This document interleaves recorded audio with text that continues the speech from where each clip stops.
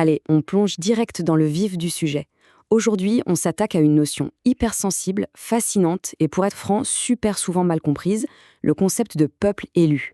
C'est un sujet qui a vraiment fait couler beaucoup d'encre à travers l'histoire, donc on va prendre le temps de décortiquer tout ça ensemble, étape par étape, en retournant directement aux sources et aux textes anciens. Alors, qu'est-ce que ça veut dire au fond? Dès qu'on entend ces mots, on a tous un peu les mêmes clichés en tête. On pense presque tout de suite à des trucs comme être supérieur, être le favori, le préféré, ou pire, on s'imagine que ça implique le rejet total de tous les autres. Mais est-ce que c'est vraiment ce que disent les textes fondateurs? Ou est-ce que le sens profond de cette idée n'aurait pas été complètement déformé avec le temps? Pour le savoir, il faut vraiment déconstruire cette idée reçue.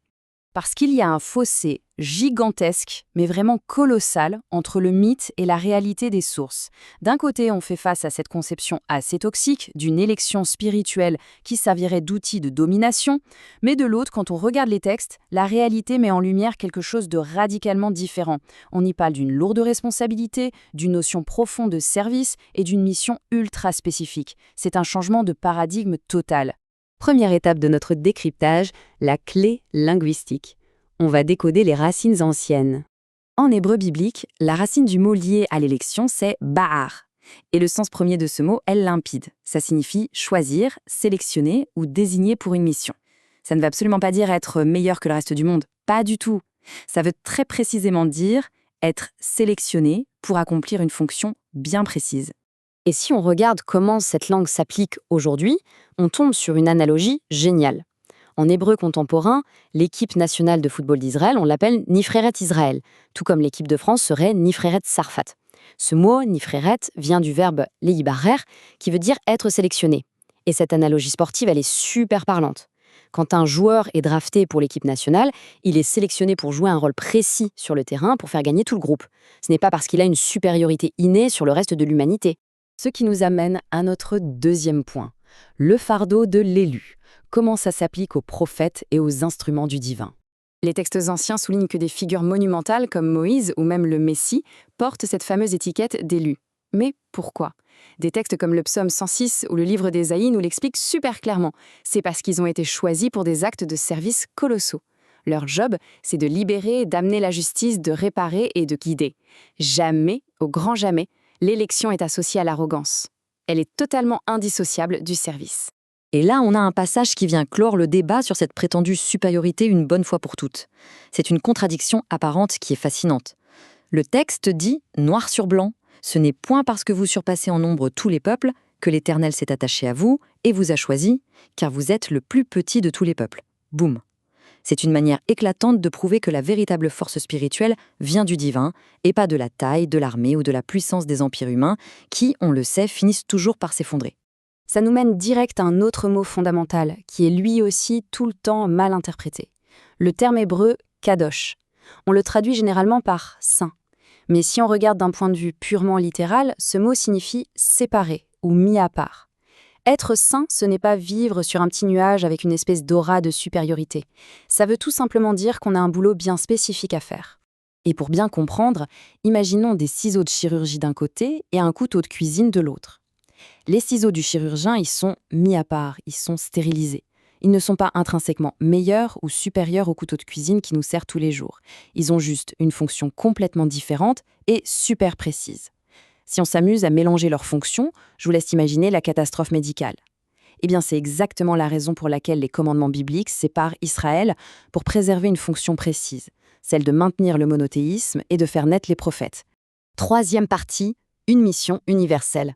L'idée d'un seul père avec plusieurs enfants. Parce que si on regarde du côté du Nouveau Testament chrétien, on retrouve un écho direct de ce concept. L'apôtre Paul écrit dans sa lettre aux Éphésiens « En lui, Dieu nous a élus avant la fondation du monde ».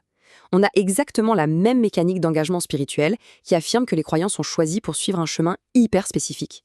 De la même manière, si on se tourne vers le Coran, l'idée de sélection est complètement rattachée à une responsabilité active.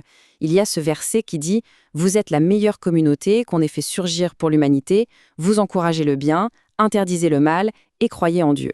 Et on retrouve d'ailleurs des parallèles assez dingues dans les textes bouddhistes ou dans la Bhagavad Gita hindoue qui définissent aussi des rôles de préservation très spécifiques pour leur communauté ou leurs sages.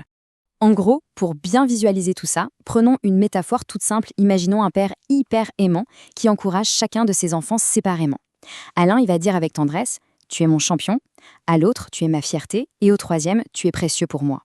Le père ne ment à personne, il les aime tous de manière inconditionnelle, mais il les célèbre différemment en fonction de leur propre chemin.